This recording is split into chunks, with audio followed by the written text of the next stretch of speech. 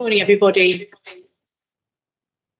Been tested. The time your feeds on me. Let's have a look.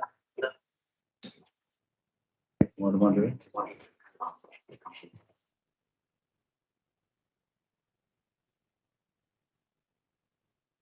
Members, can you check your laptops are all set to silent, please?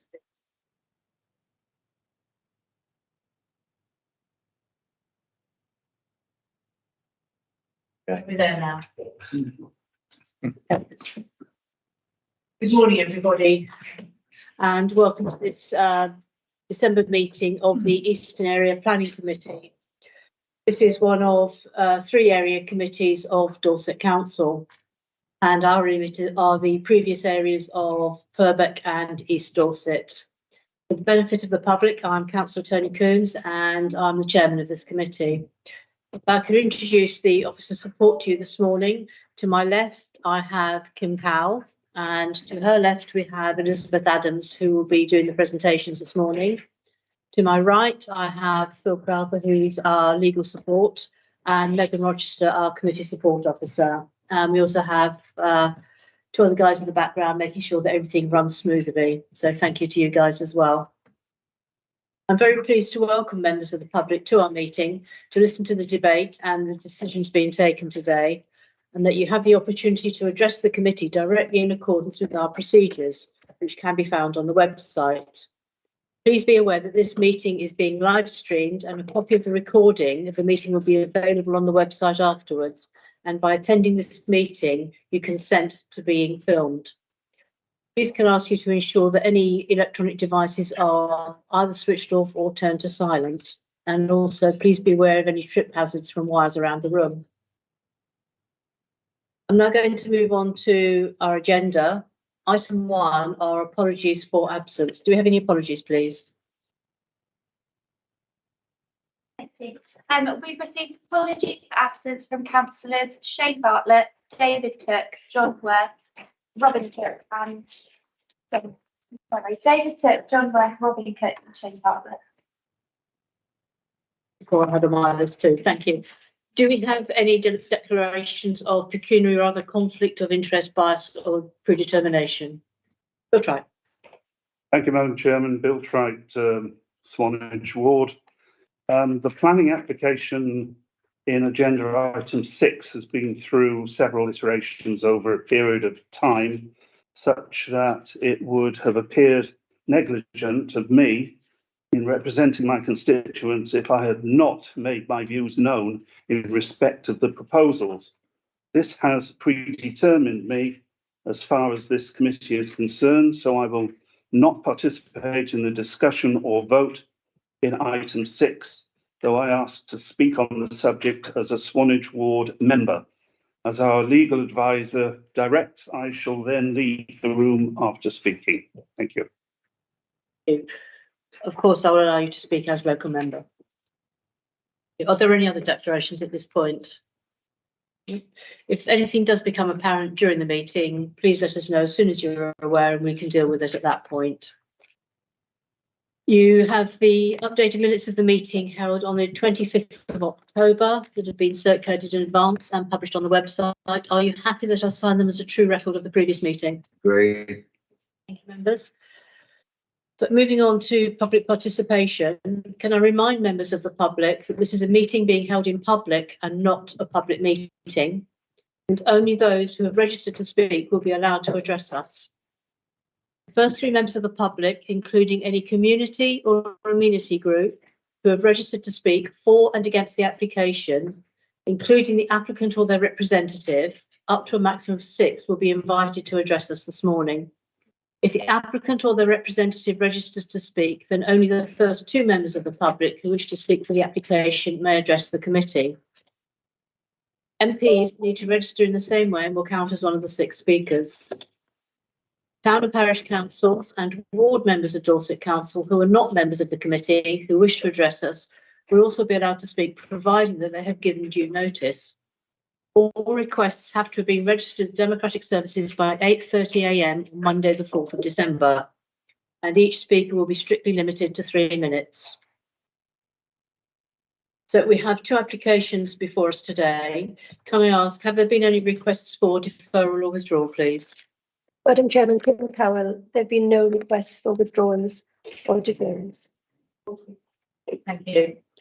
So the background information, is there a problem? It's right, I've just found the wrong invitation. Background information relating to the application before us today has been available for inspection by members prior to the meeting, covering consultations, objections and representations, as well as the East Dorset and Purbeck local plans and the council's related policy.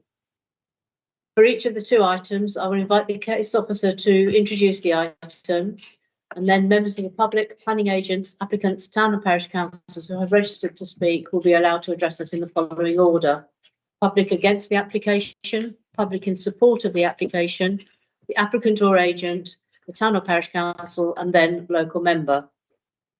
Following the public participation section of every item, I will ask the officers if there are any salient points that they wish to clarify. I will then open up the floor to members of the committee for questions and debate. In order to run the meeting smoothly, may I request that members of the committee direct any remarks or questions through the chair, and I'll invite you to speak in turn. You will notice that you do have new desk microphones this morning. Can you please make sure that they are close to you, because they don't have as big a range as the previous ones? Otherwise you won't be picked up properly. At the end of the debate, I will take the vote by a show of hands, and the voting detail will be recorded in the minutes if 3 or more members make the necessary request.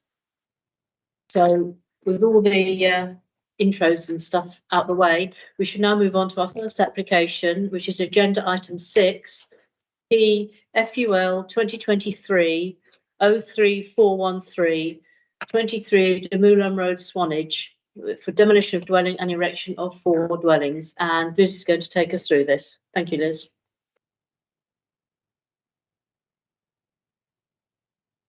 Thank you, Madam Chair. I'm not sure the microphone's working, so I shall try and keep my voice up, but if people can't hear, then let me know. Thank you. So the proposal before you, members, is for the demolition of the existing dwelling at 23 De Moulin Road and its replacement with 4 dwellings. So that's 2 pairs of semi-detached properties. 45 objections have been received, together with objections from the Town Council and from Councillor Trite as ward member. The objections and the material considerations are set out in the officer's report. So the application site is in Swanage, and the site is close to the beach and offers views over the bay, as you see from this aerial photograph. So the proposal is for these 2 clusters of semi-detached properties. The site is located within the Swanage settlement boundary and within the designated town of Swanage. The towns within the plan area are considered to be the most appropriate places for development of new residential properties. And so in this respect, the principle of new residential development on the site is acceptable. The site lies within the Dorset National Landscape. Now you'll know that formerly as the AONB. There's no visually significant trees on the site. Historically, there was a tree that was protected by a TPO on the northern site boundary, but consent was given for this to be removed quite a while ago with no replacement required. The closest protected trees are therefore to the east and unaffected by the proposal. The site lies within the Dorset Heathlands 5-kilometre heathland zone and within the Poole Harbour Recreation Zone, but it has been possible to positively conclude an appropriate assessment on the basis that mitigation can be secured through the supplementary planning documents via the Community Infrastructure Levy. The site falls within a number of areas identified within the planning assessment. In terms of the Purbeck character areas, it's in the sort of large buildings mixed character area, but within the Swanage local plan, it's within the 20th century villas area of character. And within policy STCD, which seeks to protect and enhance particular areas of local distinctiveness, there is identified the area north of Beach Gardens and south as far as Gannett Park, which is predominantly characterised by 2-storey properties of modest size. So this plot sort of sits between an area of predominantly 2-storey dwellings and also an area where there are sort of 3-storey and 3.5-storey dwellings. Some of the key character types in this area are relatively high density with a well-defined grain of large detached houses on relatively small plots. So this we're talking here about the light blue areas here. But in terms of the Swanage local plan, it's considered to be more in the villa area, which would be characterised by the two-storey properties with relatively generous plots. So in this drone image, you can see the application site, hopefully, and the existing dwelling is quite visually prominent due to its elevated position. It's about 3 metres above Demulham Road at the back, which is the highest part, and it's obviously quite prominent at the moment because it's red brick. The house has a high-pitched roof and it's sited on a large plot with the potential to increase density whilst maintaining the character of the area. So the Officer report set out the recent site history. This scheme before you here on the slide was for 9 apartments. This was refused on the grounds of harm to the A1B, harm to the character of the area, the impact on the conservation area and overbearing impact on neighbours. At the appeal that subsequently took place, the inspector did not agree with the council that the setting of the conservation area, which is to the south, would be harmed. So that's sort of taken that material consideration out of our worries, as it were. And but the appeal was dismissed. The scale of the development, its design, and the materials in this prominent location were considered to result in demonstrable harm that would not be outweighed by the benefits of providing the 8 additional units. So subsequently, actually, before the appeal was determined, we received a second application. This was for 5 townhouses. This was also refused. Again, the impact on the character of the area was of concern, impact on neighbours, and at that time, conservation area was included, but it's accepted that this reason cannot be maintained. So after this, some pre-application advice was given, and then the current application was submitted. So the proposal before you, as I said before, is for now 4 dwellings on the site, 2 pairs of semi-detached properties, and these are the footprints of them. The pink is the footprint of the dismissed apartment block. The side garden of number 23, which you can see in this aerial photo and in the street scene area here, currently forms an attractive but an uncharacteristic visual gap in an otherwise built up street frontage. Paragraph 125 of the National Planning Policy Framework encourages maximising density to a level that is appropriate in the locality, and that's the same as 130, where it talks about design being appropriate. Having established that the proposed apartment scheme didn't meet the policy requirements, the applicant has revised their scheme to achieve 4 dwellings in a layout which officers now consider to be in keeping with the local grain of development. So the proposal will continue to provide access to the site from the west, as is the case at the moment, but now 4 accesses will be provided, 1 for each of the dwellings. A condition is proposed to secure the parking areas, which are considered to be ample. There's also a garage for each dwelling. And then garden amenity space is to be provided to the east, which assists in providing appropriate separation from Demulham Road.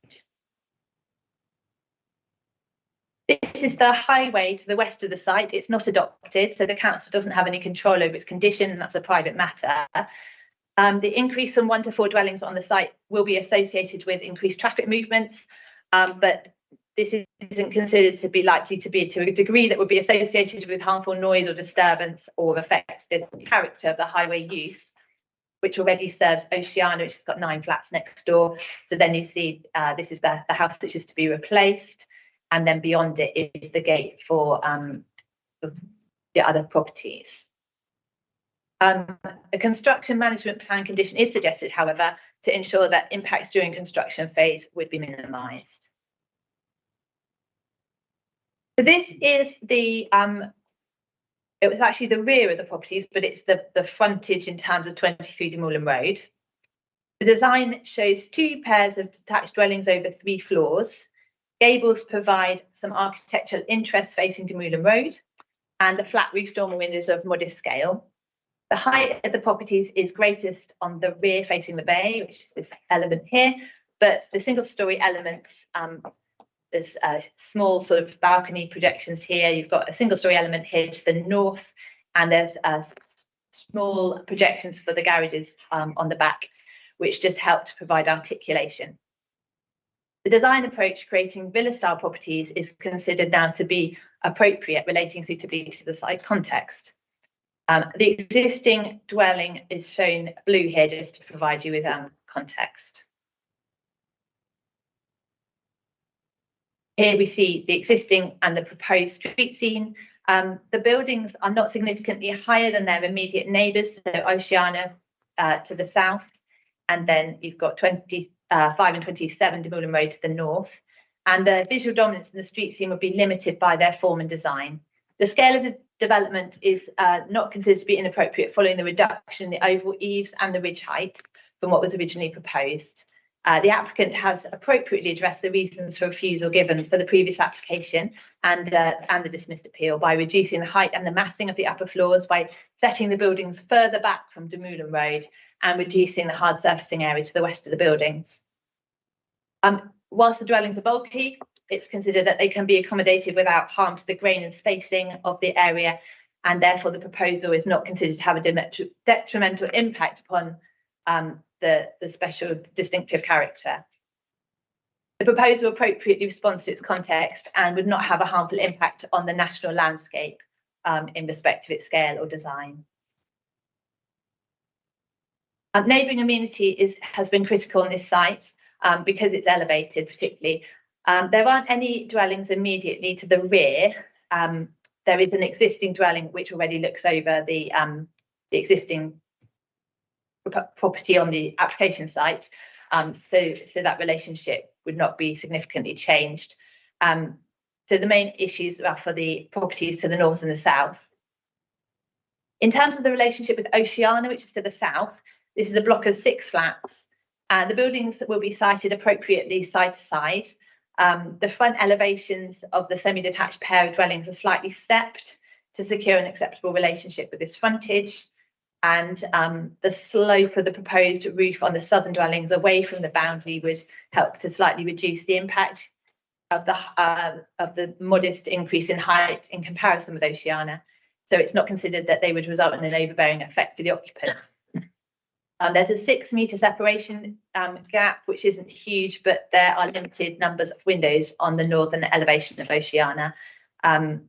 The windows serve bathrooms, and so any impact of loss of light is not considered to result in significant harm. The southern elevation facing Oceana includes a single second floor window, which is a secondary window serving living accommodation. I'm really sorry, but one of the things I did note this morning was that a condition that had originally been proposed to require that to be obscure glazed has been missed off. So if members wanted to, that could be added back on. Which was just it was intended to prevent overlooking. I think it's more important for the northern elevation than it is for this southern one. There's also proposed condition 6, which would secure boundary treatment to screen the ground floor windows, which serve entrance, kitchen, and living area in the proposed dwelling. So the proposal will bring development a lot closer to numbers 25 and 27 Demulham Road to the north than is existing. The separation distance measures approximately 16 metres. The 2-storey element of the new dwelling is set back into the plot about 4 metres, and then the ground floor element comes pretty much straight up to the boundary. There is a boundary wall and mature vegetation that currently separate the plots, and a condition suggested to ensure that boundary treatment is controlled. The maximum height of the building is approximately 10 metres. At this part here, reducing down to 6.5 at the eaves. There is a lower ground level at 25 Demulham Road, approximately 0.8 metres lower. So there is this height difference that officers have considered. It's not considered overall that the building would have significantly harmful impact for the occupiers of this property from dominance due to the setback and the relationship with the distance involved. I've got some pictures in a minute, but as an aside, just to let you know, the applicants have agreed lately to include a band of stonework onto this elevation to break up the extent of the render if requested by members. So if you wanted to, you could amend condition 5. It's actually the second condition 5 because I managed to get the numbers muddled up. So that could be added in if that was considered to be necessary. So here we have a picture looking towards 25 and 27 from the existing dwelling. You can see my colleague was stood on the balcony when he took this. And you can see from this that some overshadowing of the neighbouring garden is likely, with potential for limited overshadowing of the dwelling during the winter in the afternoons, as demonstrated by these photos that show the shading from the existing dwelling. But again, officers have carefully considered this and considered that the extent of the shading would not be so significant as to justify refusal. The new first floor terrace and balconies shown for the northern building have the potential to create overlooking because they'd be so much closer than the existing, and therefore a privacy screen is proposed at a height of 1.7 metres to prevent perceived loss of privacy, and that is a safeguarding condition number 9 on your report. There are no upper floor windows proposed in the north elevation, and that should avoid loss of privacy to the occupants of Demulham Road. The existing properties on Demulham. This is probably too small to see, but this is just to show you across the 3 floors that this plot, which is the northernmost plot, has 4 bedrooms, and then the other units all have 3 bedrooms, but each of them has a sort of living room up at the 2nd floor to make use of the views. So just to conclude, members are reminded that the council is currently unable to demonstrate a 5-year housing land supply for the Purbeck area. When the results were last published in the summer, we had only had 3.66 years. So the tilted balance applies. So in this case, officers have identified no harm to the Dorset National Landscape, formerly AONB. The proposal will increase the density of development in an acceptable manner, which avoids harm to the character of the area and results in limited impact on neighbouring amenity from some overshadowing. In summary, and subject to conditions in the officer report, the proposed development is recommended to you for approval, subject to the additional condition. Yeah, thank you.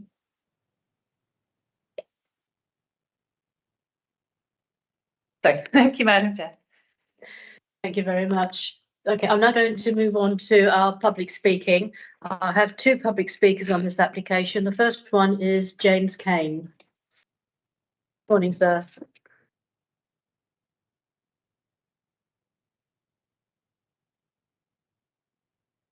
When you are ready to speak, you can press the button, and you have 3 minutes, sir. Thank you, Chair. Good morning. My name is James Kane, MRTPI planning consultant. I act on behalf of the owners of the Grey House, which is 2527 Demulham Road, and that's the property immediately to the north of the application site and most impacted by this proposal. The various plan iterations have gradually reduced in scale and size. However, the current proposal is still not acceptable, and the appeal decision relating to the 9 flats refusal is a key material consideration still. In short, the proposal will cause harm to the amenity of the Grey House by way of overbearing development. The proposal will also have a harmful impact upon a wider setting within this very prominent site, which will cause harm to the AONB and the neighbouring conservation area. The eye is drawn to the site from the beach, the pier, the bay, and from the surrounding countryside. Look at para 7 of the appeal decision, which states the Demulham Road rises up from the central area of Swanage, then dips away to the north. Number 23 is at the highest point. The inspector considered the appeal scheme with particular reference to the impacts upon Demulham Road, and the excessive height and scale of the current proposal would still have an overbearing impact on the Grey House. The LPA has also considered the impact upon the Grey House in the decision for 5 townhouses. Again, the overbearing impact from the property and garden were deemed harmful. It will be inconsistent now to consider that the proposal was anything other than overbearing to the Grey House and the wider character of the area. More so given the fact that the officer's report in front of you today confirms that the dwellings are considered bulky. This suggests that great care needs to be taken before any approval is given. The scheme is simply not of a modest scale, as set out in the officer's report, and when looking at figure 1 from the planning-based objection letter of the 26th of October, it is also too simplistic to say that as Oceana is 3 stories, so 3 stories is okay adjacent to the Grey House. For one, Oceana sits on lower land than the application site. Should the plans be approved, any future applications for neighbouring plots will need only to cite number 23 Demulham Road as forming part of the prevailing character and context. In doing so, the teeth of the Swanage local plan will be blunted forever. Indeed, if this application is approved, then a future owner of the Grey House itself would likely look to develop and increase height, mass and bulk, and the LPA would find it difficult to resist given the decision that you might make today. So please carefully consider the long-term impact of this proposal and look at the Swanage local plan and uphold the policies that are set out. Please consider the proposal against policy D of the local plan. There will remain an overbearing impact on the Grey House. Consider also LHH and the Swanage local plan STCD and paras 130, 174 and 197 of the NPPF. The solution is to allow only 2 stories of development at the 2 northernmost units. That will serve to reduce overbearing impact to an acceptable level, whilst also reducing the overall impact upon the AONB and the setting of the town generally. Thank you, Chair. Thank you very much.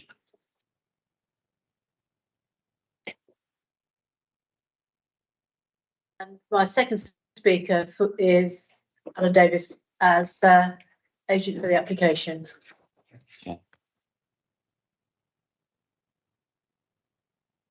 My glasses on.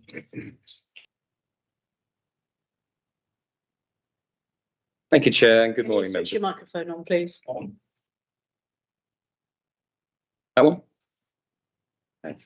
Thank you, Chair. Good morning, members. The application has been submitted on behalf of our client, West Coast Developments. They're based locally in Poole. Our client has a history of engaging proactively with the council's planning officers. Preparing this application, they sought constructive dialogue through 2 rounds of pre-app discussions, leading to the current proposal that addresses the council's initial concerns. For this application, the planning officer identified issues regarding the scheme's scale. In response, our client promptly adapted the proposal, reduced the height, repositioned the buildings, and adjusted the extent of hard landscaping, thereby aligning the development with the character and appearance of the area and the AONB within which it sits. We note and respect several objections have been received from residents and the Town Council. I should point out, Chair, that the Town Council did not object to an earlier, materially larger scheme. But the revised proposals extensively mitigate these issues, as confirmed by your officer report. The officer concludes that the proposed development would not result in any harmful amenity, character, nor national landscape impacts. The photographs in the officer's presentation clearly demonstrate that the site represents an uncharacteristic visual gap in an otherwise built-up street frontage. The accompanying photographs clearly demonstrate there is room for development on this site. No amenity issues would arise as a result of the development. Number 25 Demulham Road to the north will not be overlooked given its orientation, which importantly does not directly face this site. There will be no harm to the occupiers of Oceana to the south or future occupiers of the most southerly unit, given that no habitable room windows on the first floor or above would face either property. The development will therefore integrate into the existing street scene and ensure no undue harmful impact on neighbouring properties. Our client is more than happy to have a condition for a band of brick or stone on the northern elevation of the northern units. The proposed development has therefore addressed previous council's concerns.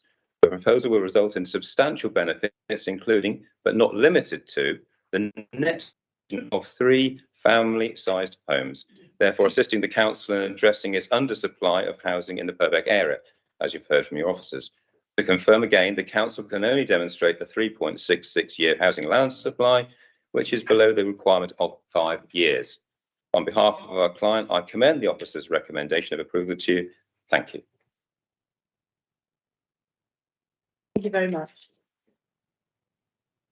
And our last speaker is local member Bill Tright.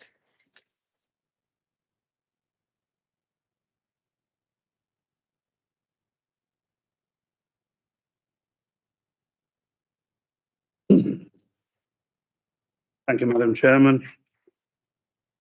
Essentially, what we're looking at here is the downside of building in the garden of the present house at 23 Demulham Road. Moreover, although these proposals have steadily changed over time from being extremely bad to just highly undesirable, the essential threat to neighbours remains, and that is building right up to the boundary with number 25 in particular, right up to its boundary. Even though the building at the boundary is now to be lower than in earlier iterations, it still means serious overlooking of number 25.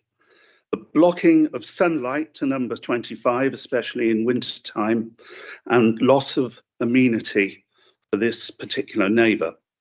What is not obvious from the two-dimensional plans is that the ground floor rooms of number 25, the downstairs rooms of number 25 are themselves 4 feet below number 25's own side garden, which adjoins number 23. So the overlooking is in fact far worse than it may at first appear. This would be clear to anyone caring to visit the site and see it for themselves.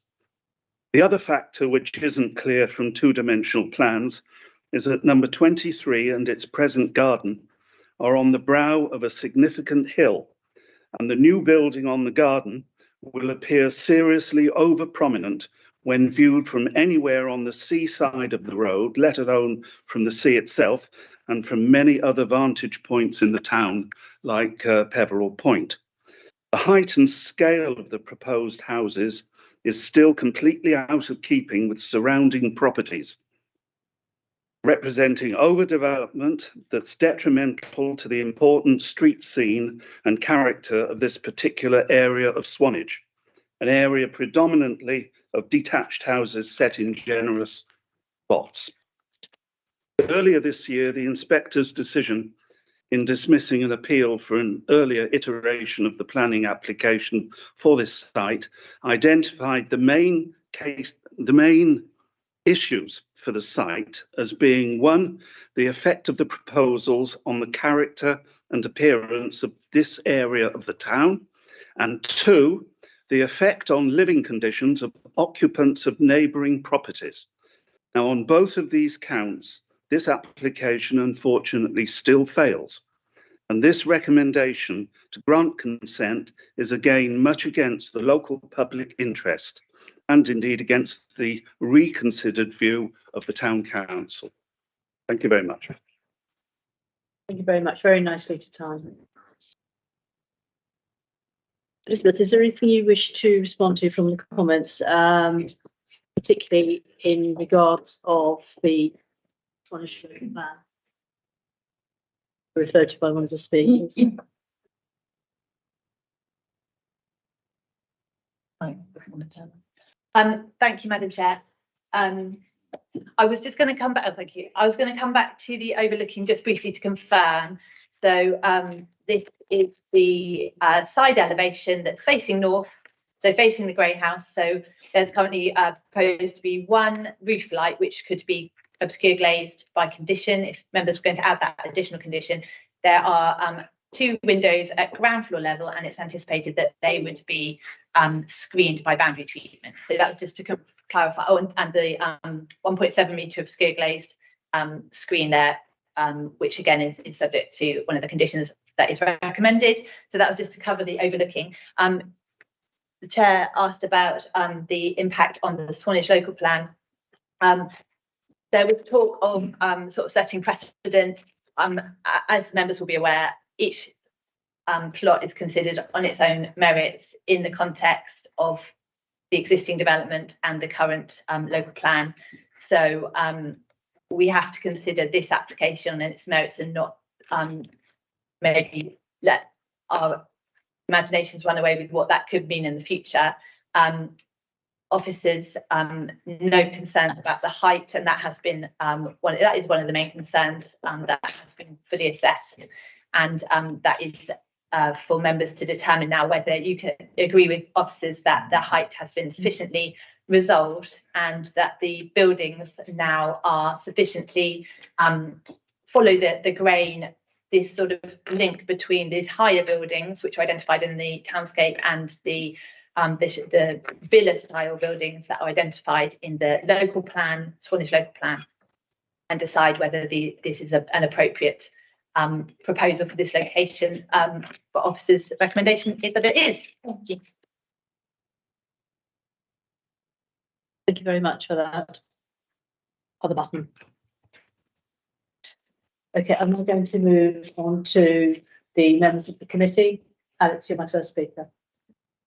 Can I just have a couple of clarifications, please? Can you use the microphone, please? You need to bring it closer to you. Which one? Yeah, that's Okay. Right. We've heard in the officer's report that the ground floor rooms of 25 are lower, yeah, up to 4 foot lower, 25. And this proposal for number 23, are those ground floor, I see that the living rooms are on the first floor, but are the ground floor rooms set down a bit? Because obviously it is on the rise. I mean, my first impression when I visited this area, because it's somewhere I do go fairly often, so I made a point of stopping and having a look again and thinking, that house looks like a bit like a temple, sort of on the top of the brow. It would be nicer if it had been set in anyway. And any new buildings there, if they were just sort of set down a bit, would be far more harmonious. So I just wondered if the proposal, I can't really see on the size of, on my screen, whether the proposal is to have those ground floor rooms sunk down a bit. At the bottom. Thank you, Madam Chair. I'll get there in the end. Sorry. The answer is the finished floor level would be pretty much the same as the existing dwelling, so it wouldn't be set in as you've asked. From my measurements off the plans that I've got, the finished floor level will be about 0.8 above what is illustratively shown for the neighbour, but so it is higher. Thank you. And what is the height difference between, shall we say, the front gate, the bit that faces the road, and the base of the house? I mean, the house is still on a bump behind its front gate. You go up to it, and it seemed to me there is room for a bit of changing of ground levels there. Thank you, Madam Chair. The proposal before you is to maintain the ground level and not to go down. So it's about 1 metre higher, I think, than the pavement. Oh, must be. Well, the land rises, so it's higher at the back, but the plan before me shows that the finished floor level at the eastern side is about 1 metre. Any other questions? When it says that the access is from the back, from, I can't remember, Gannett Park in that way, is that true? It comes in the Gannett Park side or the other side? Yes, through the Gannett Park side. Right. That's a non-adopted road? So Correct. there will be, should we say, considerably more traffic going in and out of there, because there's 4 dwellings as opposed to the 1. Is that foreseen as any issues with bin lorries coming in and out? Such like the width of the road at the back? Thank you, Madam Chair. That isn't something that we've raised as a problem. So the bin lorries already service the Oceana, so it's anticipated that they could have service from the rear. But if that was an issue, then it might be that they would need private management. Anybody else got questions? Barry, you indicated. Yeah. Councillor Barry Gorringe, St Leonard's, St Ives and Moors Valley. Thank you. What impresses me about this is the applicant, having had two applicants refused, is that he's actually sat down with the planners and listened to what the planners have actually said, which and come up with this scheme, which is much better in my view than flats. I mean, the flats, the appeal inspector said that it was harmful to the seascape. I don't think in this particular application, it's more, the design is more appropriate, and modest, and in scale and size. So, to my mind, it's a much better application. There's no harm to the AINB, and there's no harm to the character of the area, I consider. And that sets it out in the report in paragraph 16.7 and 16.8. Just a couple of things further that I have queries on is this roof light condition, which we talked about on slide 18.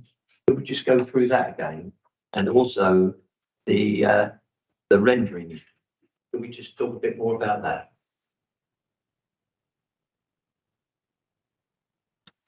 Through you, Madam Chair.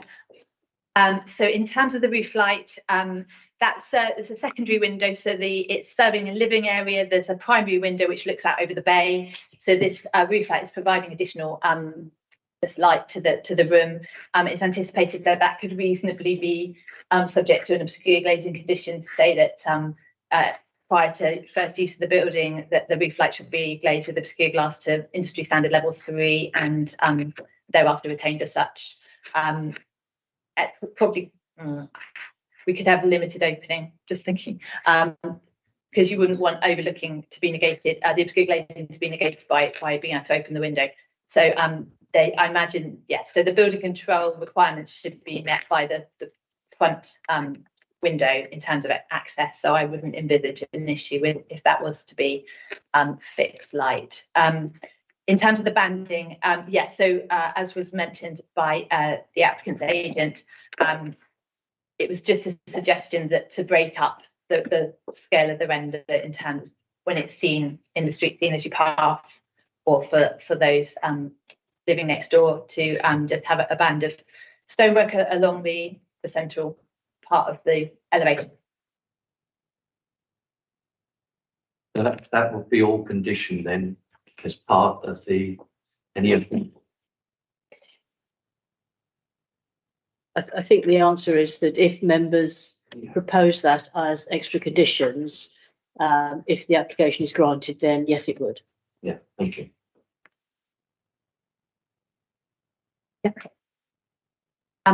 Please, could I clarify my previous comment about it being a metre higher from the road? I've just checked the plan again and it's 1.5. So thank you. Diane. I agree. Sorry, Mike Dyer, Westmoreland and Three-Legged Cross. I agree with the remarks that Councillor Gorringe has just made, and it's difficult to add anything to those except to say that I feel that the design overcomes the height and overlooking issues. It's a good use of the site, and I can't see that there are any material reasons to refuse the application. So I'm going to be brave and propose grant.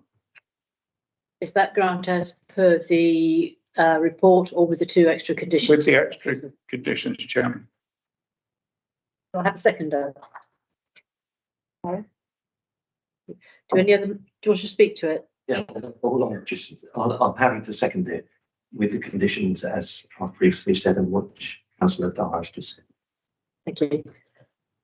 I have no members wishing to speak, so therefore I'm going to put it to the vote. It's been proposed that this application is granted with the 2 extra conditions, one being obscure glazed and fixed opening to the Velux in the roof space on both the properties, and also on the northern elevation of the second block adjacent to 25 de Moulin Road, that there is a band of brick just to break up the big expanse of rendering along that side. So, whatever. I think we can leave that minor detail to those that professionals in the matter rather than us. The details to be agreed. Details to be agreed. Thank you. There's always someone that's got the right wording. Okay, so it's been proposed and seconded. Those in favour, please. 4, 5. Those against? 1. Therefore, this application is granted. Thank you.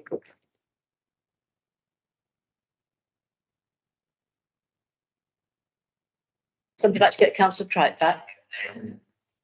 Everybody's acknowledged.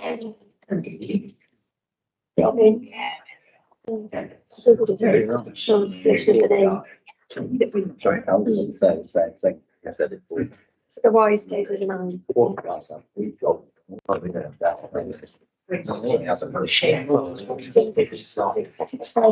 thought somebody's got to mention the children. Sure you do. Written into our terms of use.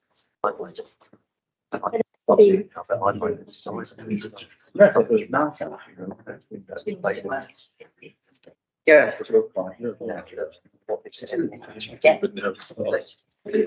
along, Julie. As many as you want. Just waiting for Councillor Tripe to return before we go on to the second application. There we are.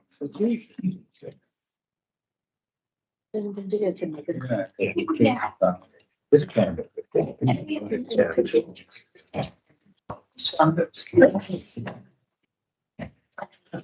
Here the other day, just to make sure I knew exactly where it was, because they vary. Yes. They're all budgeted, but some. Not allowed. Thank you. Oh, it's fine.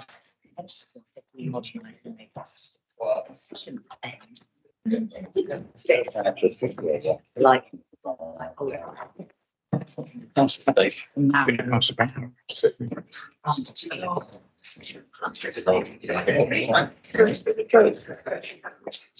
Being very, very. Thank you. This is the second job. To get through the next one as quick as makes me feel all right. I don't, I just want. Before. Ballard today. We shall now move on to our second application this morning. That's agenda item 7, PFUL 2023-04646, Kevin Bryn at 3 Ballard Estate in Swanage. And again, Liz Adams is going to take us through this one. Thank you, Madam Chair. So permission is sought for a replacement dwelling on the Ballard Estate in Swanage. We are a bit to the north of our previous site. The site lies on the edge of a private residential Ballard Estate in North Swanage. Members will be aware there have been a number of recent applications on this site, in this area, for extensions, alterations and rebuilds. The site lies within a coastal change management area where soakaways are not permitted. So the proposal is accompanied by a drainage plan identifying attenuation and discharge to a foul sewer, which is acceptable to the flood risk management team and can be secured by condition. The main issue arising for this proposal is the acceptability of the design in its context. Again, the site lies within the settlement boundary, and again, it's in the Dorset National Landscape Area. Policy D requires that development positively integrates with its surroundings, and that accords with the Dorset AONB management plan. Additionally, the Swanage Local Plan Policy STCD seeks to ensure that the design maintains the distinctive character of the Ballard Estate. So the Ballard Estate is identified as having a distinctive single-storey character. This originates from the early 1900s army camp origins. The origins have also contributed to a uniform layout of dwellings in rectilinear plots on the eastern part of the estate, with a general consistency of scale and form with low pitches. But on the western part of the estate, development is less regimented, and in Ballard Lee, which is to the north of the application site up here, there is a sort of slightly different square form of dwelling, some larger gardens. The Swanage character types document notes that within Ballard Down character area, two-storey development should be avoided and surviving barrack block buildings should be protected. These photographs provide you with the context for the replacement dwelling. Doesn't really help very much because it's mostly landscaping, which just shows that bungalow development is currently quite well screened. The existing hip roof bungalow that you see in this slide here sits behind a boundary wall and hedging. This is the view going the other way from Ballardy down towards the application site, which is hidden away here. The existing dwelling at number 3 is side onto the road, as are many dwellings within the Ballard estate. Here we see the entrance and also the rear garden. So this is looking south down towards the entrance road into the estate and slightly more east with number 13 there in the background. The existing property is a modest detached bungalow sited on the northern half of its plot. The southern section of the plot historically seems to have formed part of a green vernacular access triangle before its incorporation into the residential garden. Historic mapping indicates that the dwelling was constructed between 1930 and 1949, so that's some time after the army camp, which photographic evidence suggests was in around 1916. It's proposed to replace the existing bungalow, shown here with the red, with a larger bungalow in black here, and also a detached garage to the north. The existing northern access would be retained, and the southern access would be stopped up by the extension of the existing boundary wall and planting of hedging. The existing dwelling has a fully hipped roof with a pitch of approximately 39 degrees. The proposed dwelling is formed of 2 rectilinear elements with apex roofs, and these have a 30 degree pitch, and then a central section with a really limited pitch. The height of the larger element you see here is approximately equivalent to the lower part of the roof on the existing dwelling.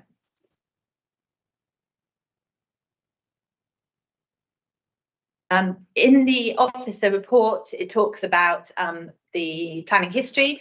And again, we've had a previous application on this site, which is shown here with the blue line, and that is currently at appeal following refusal.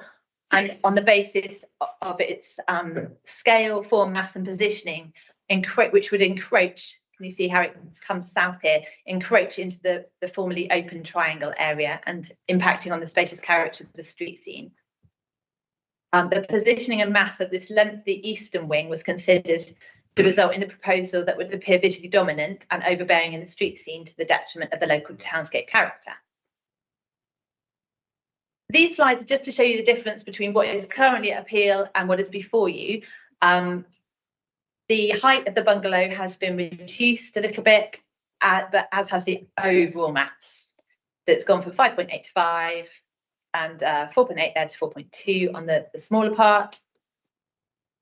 And you can see here probably is the best illustration of how the mass is reduced.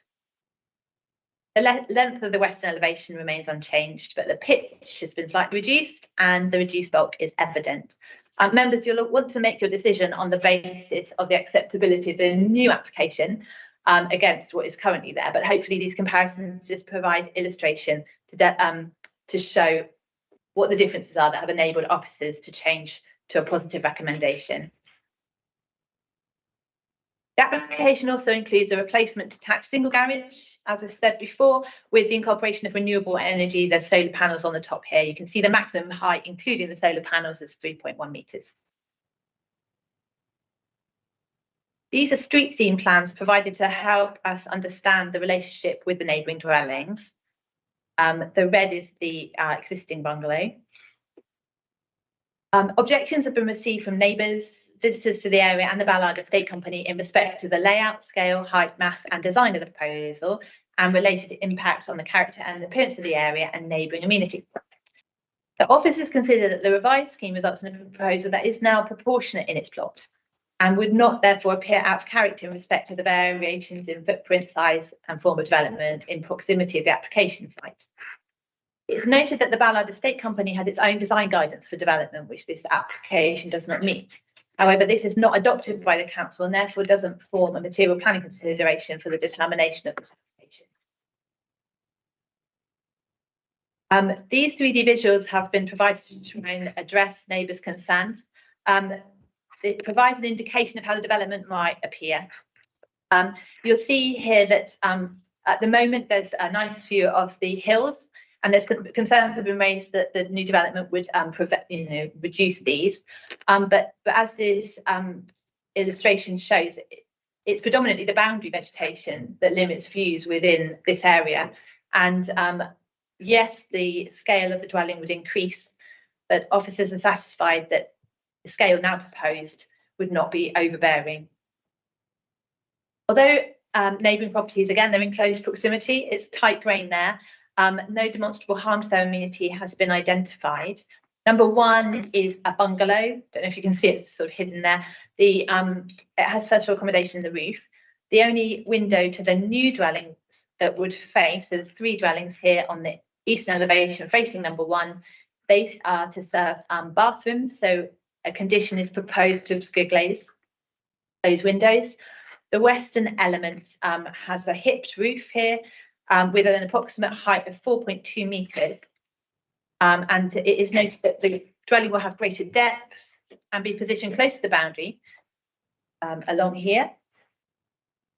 Although it's intended to retain the boundary hedge, we have to assume that in time that might change and consider whether the application is suitable with or without the hedging. And in this case, although it would change the outlook from the windows in the eastern elevation, the relationship is not anticipated to be overbearing or visually harmful.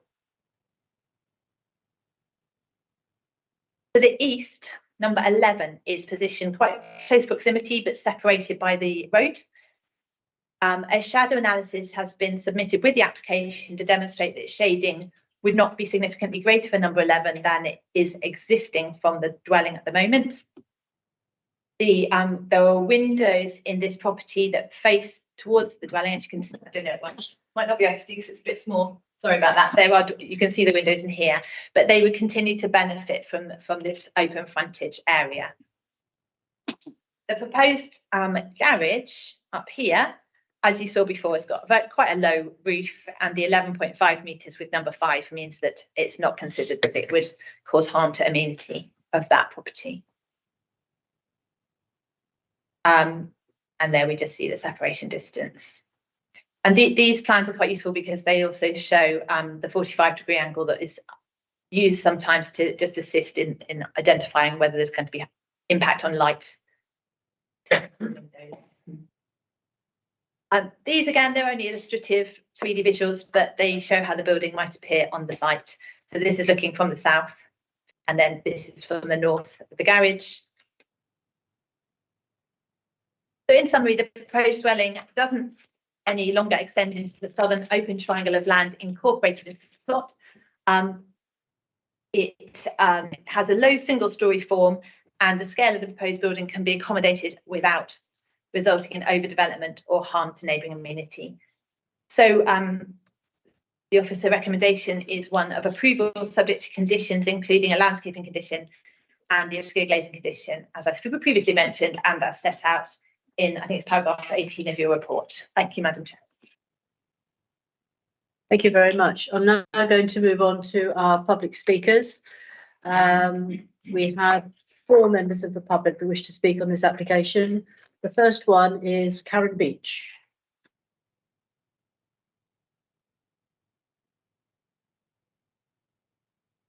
Or just to remind you, you have 3 minutes from when you start speaking, and it's the button on the right. Thank you.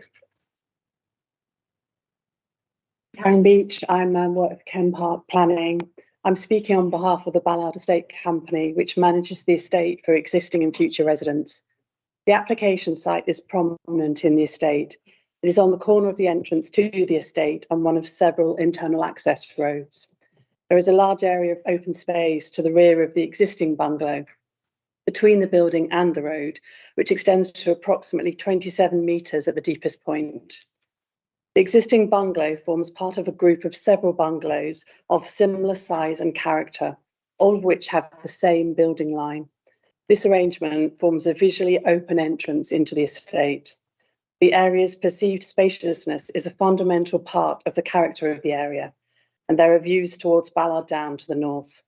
The importance of the open space at the back of the existing bungalow has been recognised in a previous planning appeal and also in the refusal for a larger dwelling in January 2023. The new dwelling will adversely encroach upon this area of open space and will pull the building line forward, negatively impacting upon the character of the area. It is in the shape of an H with angular wings to the east and west. This results in an overly dominant building form. It has a significantly larger mass and scale when compared to the existing bungalow, with a 2.75 times larger footprint. It will be visually intrusive and overbearing. It will dominate and enclose the street scene. The scale and mass of the new dwelling will result in significant harm to the character and appearance of both the entrance to the estate and the wider estate itself. Views of the surrounding landscape, including Ballard Down to the north, will be lost, as has been confirmed in the officer's report. There will be significant harm to the residential amenity of the neighbours, particularly number 1 and number 11, arising from the angular design, scale and mass, and the fact that it is so much closer to both the neighbours. The company is concerned also that the scale, full height glazing and height of the dwelling could mean that an additional floor could be added without the need for planning permission. It is considered that the new dwelling does not comply with the following planning policies: NPPF 124D and 130 paragraphs, Purbeck Local Plan, policies D and LHH, Swanage Local Plan, policy STCD, Purbeck District Design Guide, paragraphs 20, 21 and 39, and the Swanage Townscape Character Appraisal. We would therefore respectfully request that planning permission be refused. Thank you. Very much. My next speaker is Philip Collins.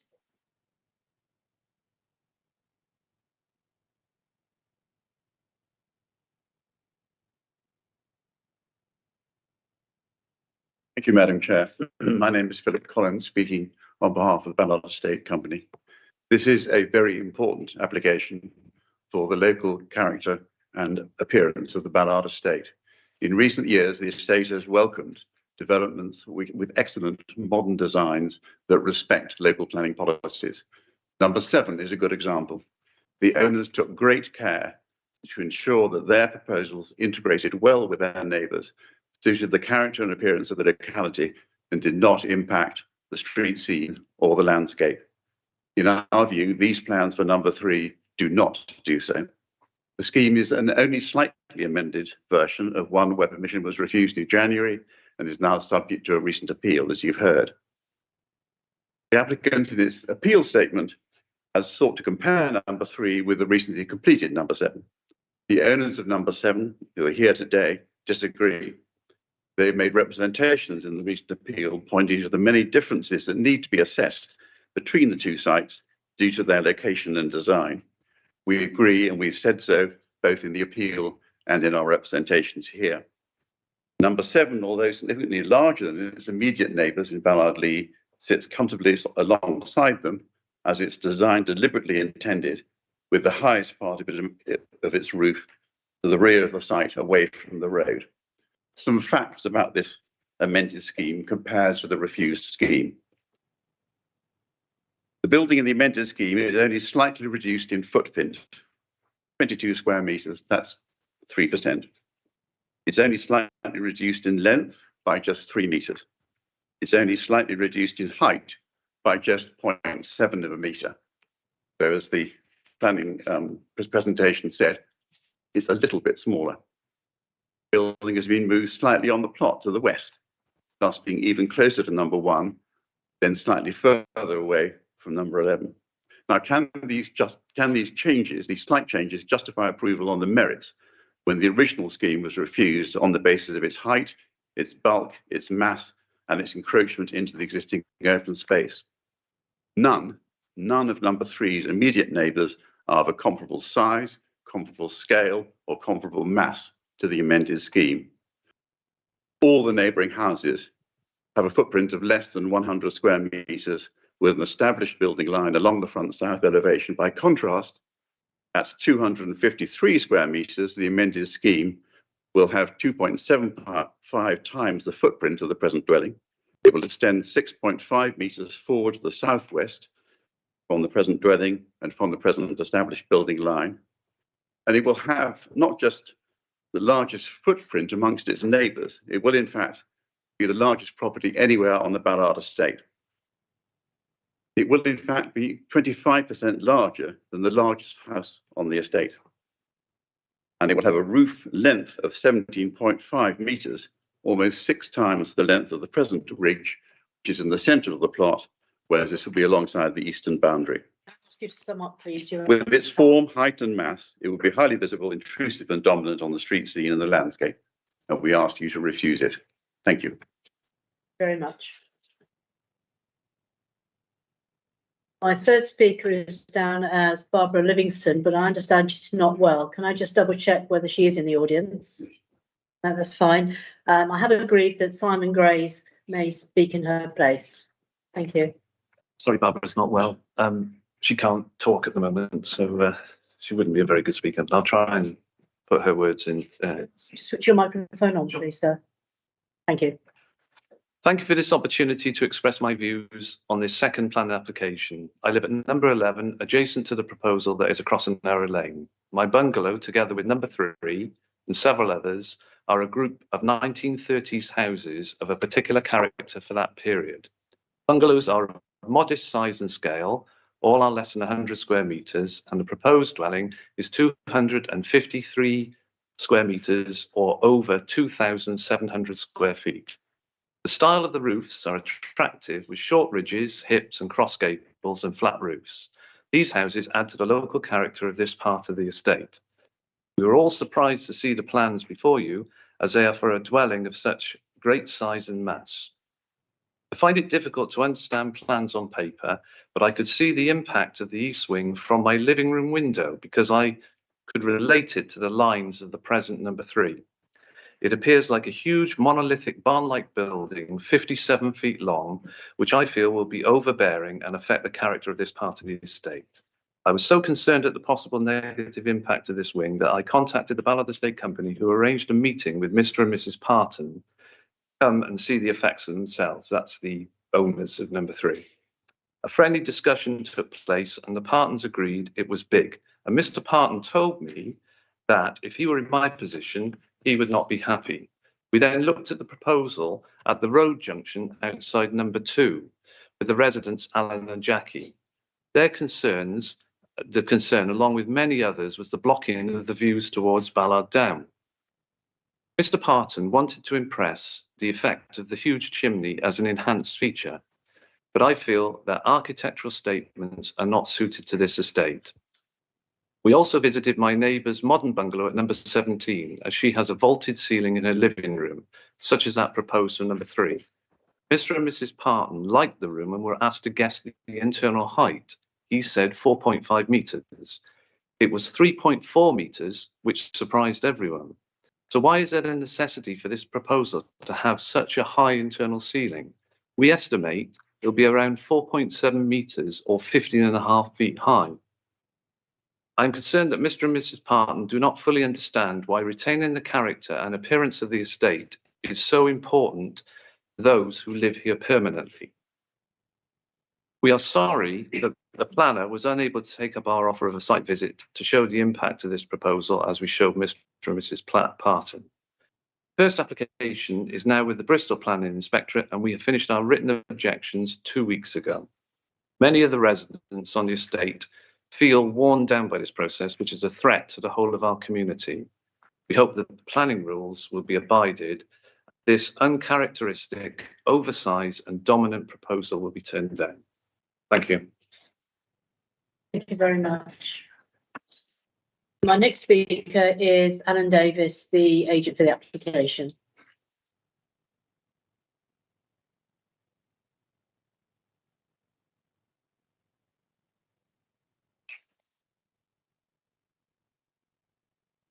Thank you, Madam Chairman, and good morning again, members.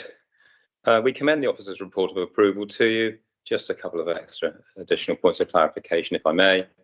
Swanage Town Council objection. No, sorry, before I say that, I should say that we did have pre-app meetings, helpful pre-app meetings with your officers, and that included a visit to the site. Swanage Town Council objected to the proposal. The architects for the scheme attended the Town Council meeting and explained it best they could to them.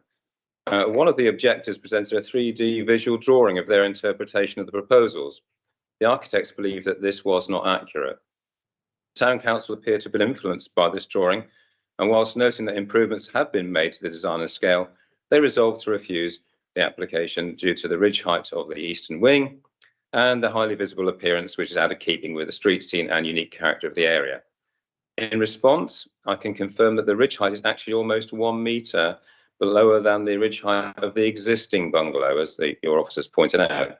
It is lower than the adjacent properties numbers 1 and 11, so we're struggling to understand why this lower height was not to the Town Council's liking. In terms of visibility, the wing deliberately mimics the gable end design of the majority of the dwellings on the estate.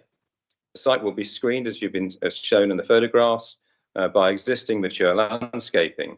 We're infilling an existing vehicle access with matching Purbeck stone and planting, which will further screen the proposals.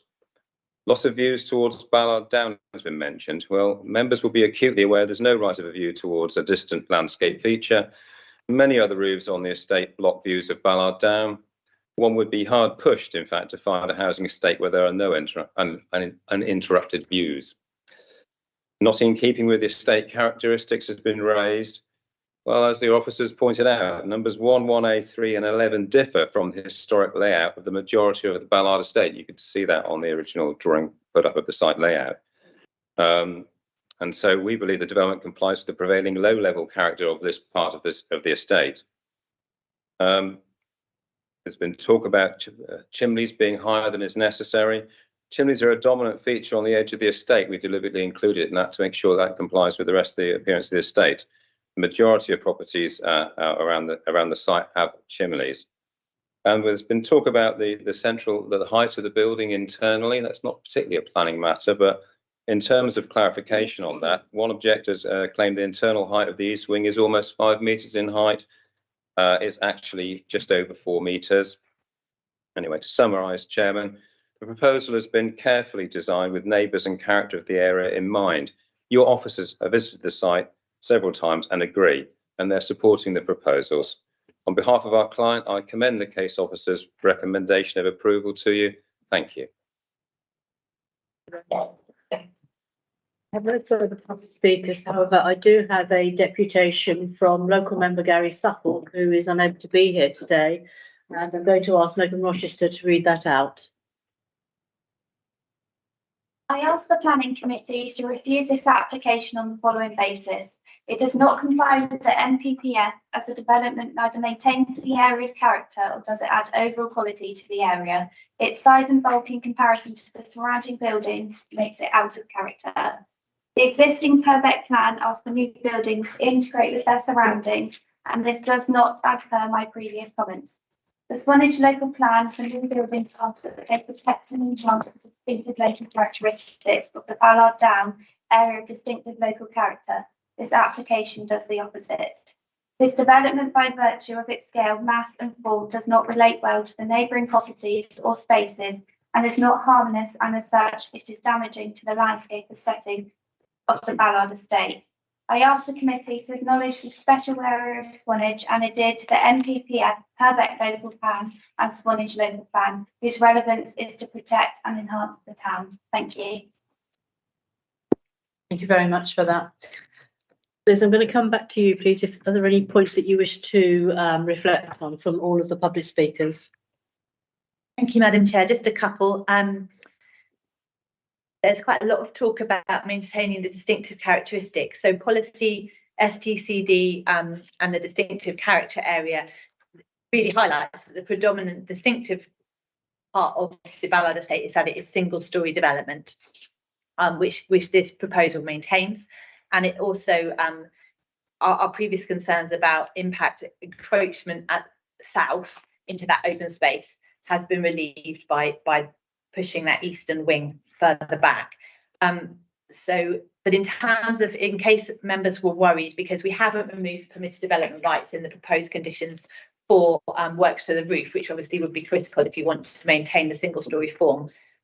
Just to clarify that at the moment within the A1B, permitted development rights don't exist for extensions to the roof. So that's why we've only at the moment proposed a condition to remove permitted development rights for further extensions to the property in order that its bulk is not increased, and to control outbuildings, again, in the interest of the character of the area. Thank you. Can I just ask a question on that? Obviously, the AOB is now morphed into something else. I understand that what you've said about no permitted development because of its location. However, designations change in the future. And I'm just wondering whether it would be better to put a safeguard in there, even though it is not currently necessary. I'll just have your thoughts on that one, please. Well, we always have a problem as officers because we have to make sure that conditions meet the requirements to be necessary, and as well as all the other requirements. So at the moment, it's not necessary because there is no permitted development right for extensions to the roof. However, if you would prefer, we could amend condition proposed condition 10, which just says no additional so 9. 9 is about no enlargement to the dwelling house. So what we could do is just remove the reference to Class A and just keep it as no enlargement to the dwelling house. See where that goes then. Thank you. Okay, members. My first speaker is Barry Gorringe. Actually, carrying on from what you just said, Chairman, I did make a note here to say that no encroachment into the loft space for any additional rooms. That would have been one of my conditions.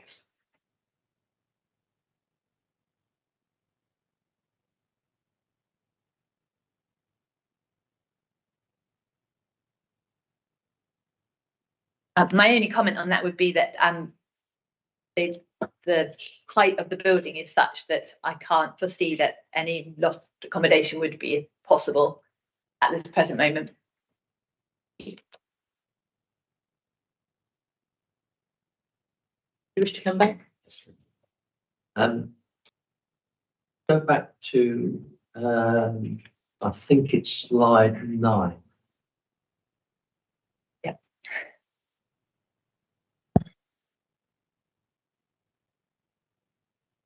Now, one thing also I picked up is the fact that the existing square footage of building in question is 92 square metres, and the new building to replace that is 253 square metres. Is there any policy, whether that there is any restriction, because that's nearly 3 times the size? Any policy that restricts how large you can go? Thank you, Madam Chair. No, not necessarily. If it had been an application for a dwelling in the countryside, then policy CO would talk about proportionate extensions. But because we're in the urban area, there's no policy requirement for it to be proportionate to the existing size of the dwelling. We just have to consider whether the new dwelling itself works in its context. Thank you. There was a comment earlier by one of the speakers about that there are most other properties on the site, the Ballard Estate, are around 100 square metres. Now, and I think it was number 11, I think it was, which is the other side of the road. That looks quite a big property building. Do we know what? That's it there. Yeah. Do we know what the size of that one is? No. Madam Chair, sorry, I don't have those numbers to hand. In my mind, it looks more than 100 square metres. It's not necessarily relevant, but Sorry, Barry, can you put your microphone on, please? It's not necessarily relevant, but I just thought that I think that was misinformation, because there obviously are other properties on the Ballard Estate that are more than 100 metres. The next thing I just want to talk about is we've got a condition about the bathrooms that are on the side next to plot 1, which I think have to be glazed. The other thing on that side also is the hedging as well. That hedging is going to be retained.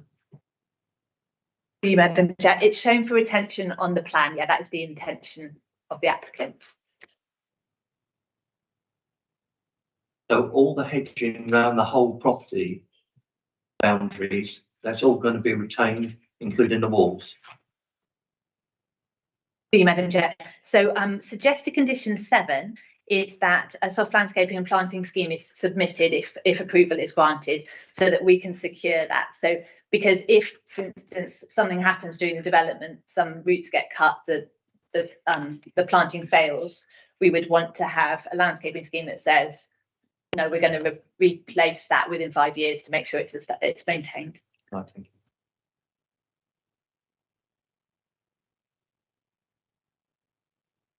Alex Brenton. Alex Brenton, Upton Electric. I have walked around this estate recently with the dog, and I was surprised at, I won't say how difficult, because obviously it's there, but how you do not see the existing bungalow at all because of all this massive amount of hedging, which is a little bit, almost, it tends to stop you looking at anything and make you feel as though you're walking along sort of canyons.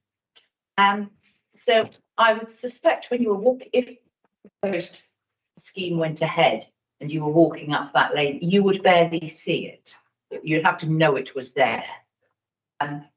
But I have one question for the officer, which has been mentioned a couple of times in the report, that this triangular space at the front, which used to be open space, but it's now enclosed as part of this, the curtilage of this property. That is definitely, there is no public access to this. So it's just a bit of green space, which nobody knows is there. Okay. It's just, it was an old phrase, and I just wondered when that happened. The existing bungalows are, should we say, very modest. This one is very modest and looks a little bit sad. So I can see it needs doing up. But I am a little bit concerned about the sort of doubling of square footage, though I'll take Councillor Gorringe's point that actually there's others of the same size. But it's a question of the character of the area. And if the one on the corner as you go in seems quite large, then it changes how you view the rest of the area as you walk up through. Your first, as you come in, they're very narrow little cottages, and then you go around the corner and there's the bigger ones.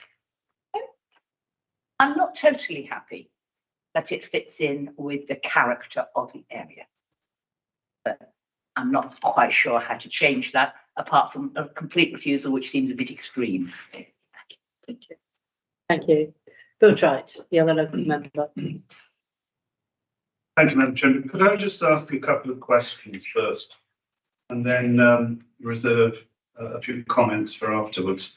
The Ballard Estate Company, have the officers had any dealings or discussions with the Ballard Estate Company? Because I know that the Ballard Estate Company says that the record of discussions with them is incomplete, inaccurate, and misleading.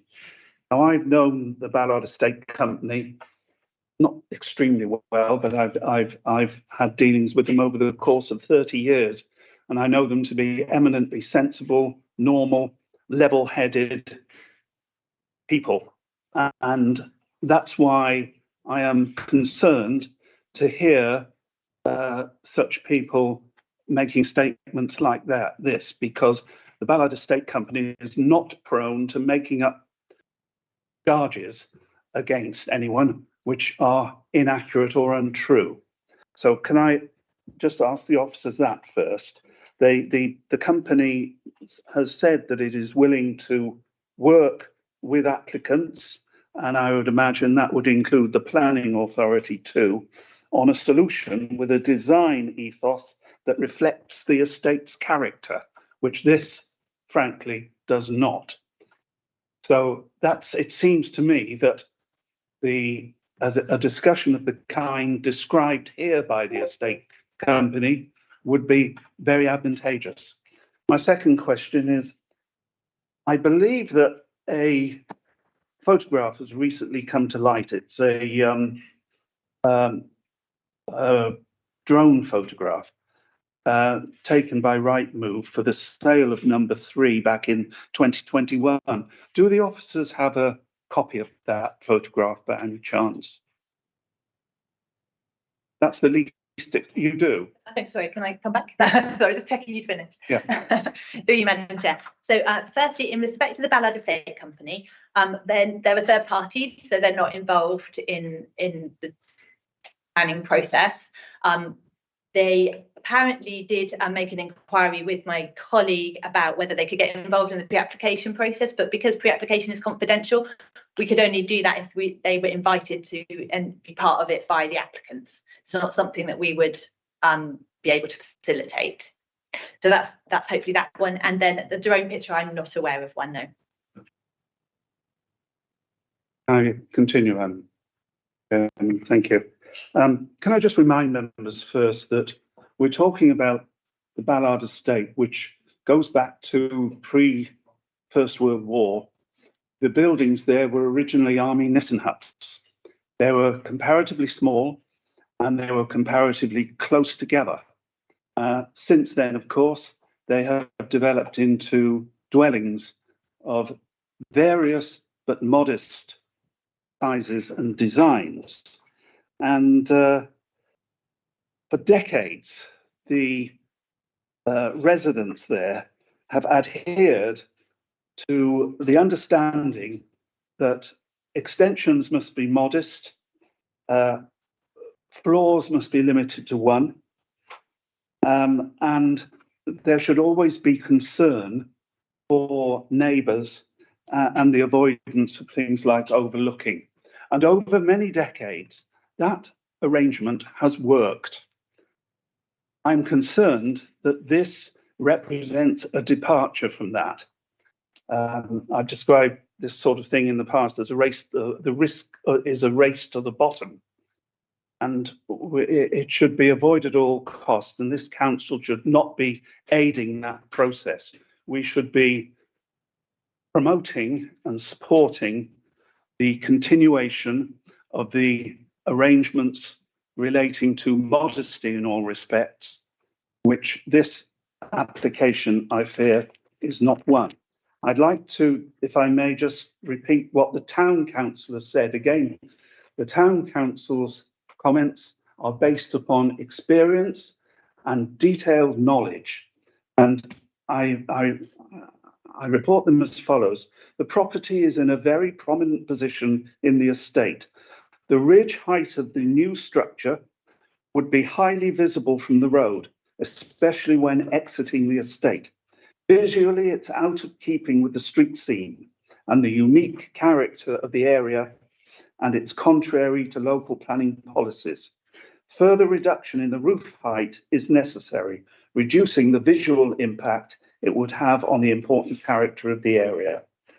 Yet again, though, in the report, when it comes to the recommendation, we have these catch-all statements like the scale, design and impact is acceptable and would not result in significant harm to the general character and appearance of the area. That's just an absolutist statement that frankly gets us nowhere at all, because it's neither quantitative nor anything other than an opinion. And I would ask people, please, to think more about the history and about the view and the concerns of local residents rather than comments like that. And finally, may I just draw attention to one or two of the objections which have rightly come forward. There are quite a lot of them. But there are those I'd like to particularly highlight as follows. Unsympathetic to the low impact bungalows of the estate. that again is a reference to the history and to that rule, unwritten rule of modesty. Next, it comes forward of the building line.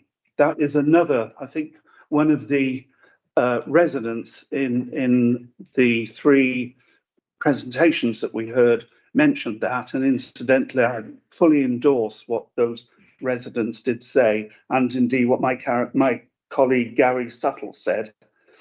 It breaches the Ballard Estate Development Guidelines. Statements like that don't come forward for nothing. They only come forward from people who live there if they know that that's exactly what is happening. Council should visit to assess the impact. I don't know how many people have visited it, apart from obviously myself. There are no justifiable reasons for the departure from the clear established planning principles for the estate. Again, a nod in the direction of history and a very sensible statement. No justifiable reasons for departure from the clear established planning principles for the estate, which I'm afraid by in terms of its mass and its area, this application is. So I think that's about it as far as loss of spaciousness of character at the entrance to the estate, a particularly visible part of the estate there. That's been mentioned before. So for all these reasons, and there are an awful lot of them, I do urge members to join me in opposing this application. Thank you, Madam Chairman. Are you proposing refusal? I am. Can I have clear reasons for your refusal, please, in planning terms, so that the officers can make note of them? Well, perhaps it would be worth listening to what other members have to say first, but I would say out of character with the area, massing, too big, the area of the application itself is too large in relation to other buildings. The various points that have been made by residents about 2.75 times the footprint of the present dwelling. That's something that puts it better than I did. It will extend 6.5 metres forward to the southwest from the present dwelling and the established building line. Have the largest footprint, not just among its immediate neighbours, but of any property elsewhere on the Ballard estate, and will be over 25% larger than the largest house on the estate. And another point is that this building would bring about a huge change to the open and spacious entrance to the estate at the point where the road opens out to provide views to Ballard Down, the presence of which dominates the whole estate. I know we don't take note of views, but it is all part of the ambience there, and it's something that we ought to be protecting rather than infringing.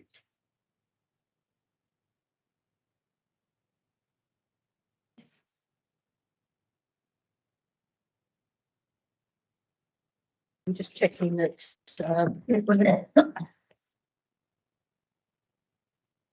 on page 36 of the agenda, Councillor Trite, it does talk about the reasons for refusal of the previous application. Mentioned various policies in there.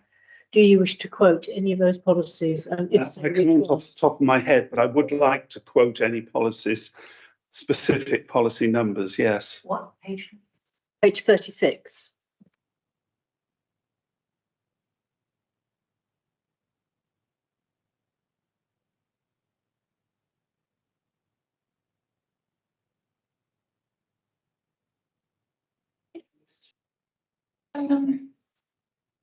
While members are considering, Yes. Craig, just to say something. Just bear with me a moment. Thank you, Chair. It's just in relation to Councillor Strike's comment. He has given some reason. I recall he said that perhaps it'd be better to wait for what other members wish to say. But just like to remind Councillor Strike, as the proposer, he needs to give reasons for his proposal that stand on their own for other members to consider whether they agree with them or not. Yes. Thank you, Chair. Well, I have attempted to do that in terms of Can you put your microphone on, please? I have attempted to do that in terms of massing, character of the area, footprint, over large. Its height, again, I'm unclear. There doesn't seem to be clarity about the height, which makes me suspect it's rather higher than we might be led to believe. But anyway, in the dimensions of the building itself are too great for this particular part of Swanage. See, you've had a chance to look at someone else's screen. Are there any policies that you wish to refer to from page 36? I would refer to those that have related to the state in the past. Yes, I quoted the. I'm going to really clamp down on you. Can you read out which one so that you're all absolutely clear? Thanks for your help. Proposal by reason of its scale, form, mass and positioning will encroach into an existing area. Contrary to the objectives of section 12 of the NPPF, including paragraphs 130 and 134, policy D of the Purbeck Local Plan 2012, policy STCD of the Swanage Local Plan 2017, the Purbeck District Design Guide 2014, paragraphs 20, 21 and 39, and the Swanage Townscape Character Appraisal section 04.8 Ballard Down.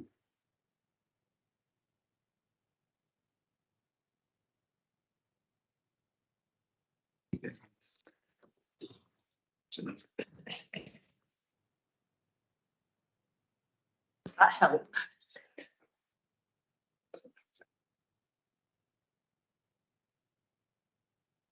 Official objectives. Edition 1 of the 22. Okay, are officers happy that we have something? Yes, good. Okay, so we have a proposal for refusal. And I think I will read the reason for refusal for the previous application, because that pretty much marries with what Councillor Wright is saying, and I want to make sure that everyone's clear as to what we're going to be voting on. So the proposal, by reason of its scale, form, mass and positioning, would encroach onto the existing area of open garden character. That bit, I think, has been addressed. Yeah. So that does not need to form part of it. The positioning and mass of the lengthy eastern wing in close proximity to the boundary with Ballard Lee results in a proposal that would appear visually dominant and overbearing in the street scene to the detriment of the local townscape character. As such, the proposal is considered to result in a form and layout of development that fails to positively integrate with its surroundings, historic quality and townscape character of the Ballard estate. And then it goes on to list the policies that you've just mentioned. Does that wording encompass what we interpret as of what you've said just now? I think it does. Yeah. Yeah. Okay. The whispering to my right has pointed out that this previous reason for refusal talked about the positioning and mass of the eastern wing alone, where I believe that you were talking about the whole design. Indeed. So that would need to be changed to reflect the proposal in its entirety. Yes. In her talk, Karen Beach did much better than I did, because she actually set out there the ways in which the new dwelling does not comply with the following planning policies, and she lists those planning. She listed those planning policies. Could you just check that I have covered them in what I've said? There is no discussion with public speakers. I'm not asking her anything. No, I'm not going to refer back and double check. It is down to you whether Okay. you feel Right. you have heard everything that you wish to hear. I would add to what I've just said, following. The new dwelling does not comply with the following planning policies. NPPF, paragraphs 124D and 130. NPPF powers 124D and 130. The Purbeck Local Plan, policies D and LHH. The Swanage Local Plan, policy STCD. The Purbeck District Design Guide, paragraphs 20, 21 and 39. And the Swanage Townscape Character Appraisal. And I'm most grateful to her for making that comparatively easy for me.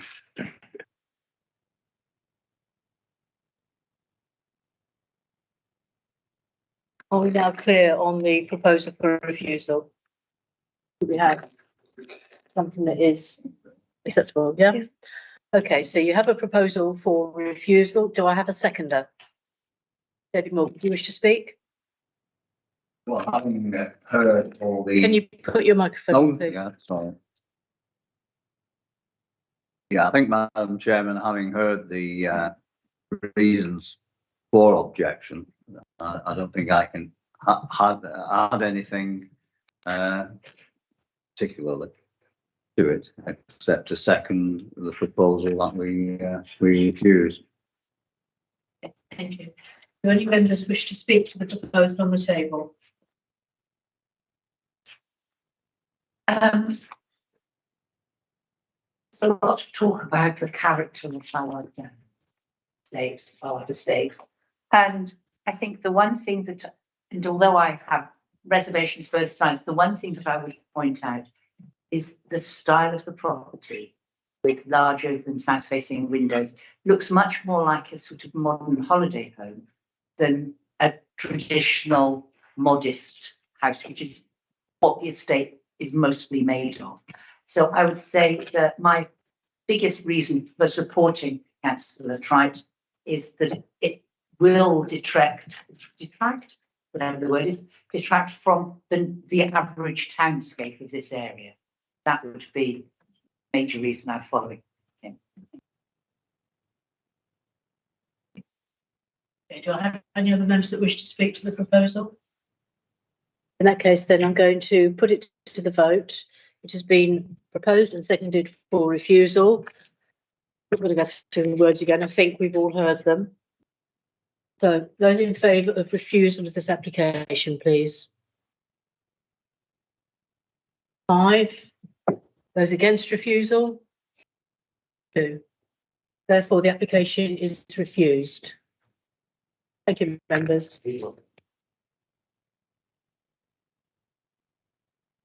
Okay, if I now go back to our agenda, item 8 is urgent items. There are none. Exempt business, there is none. So therefore, I close the meeting at 11:44. Thank you, everybody, for taking the time to attend.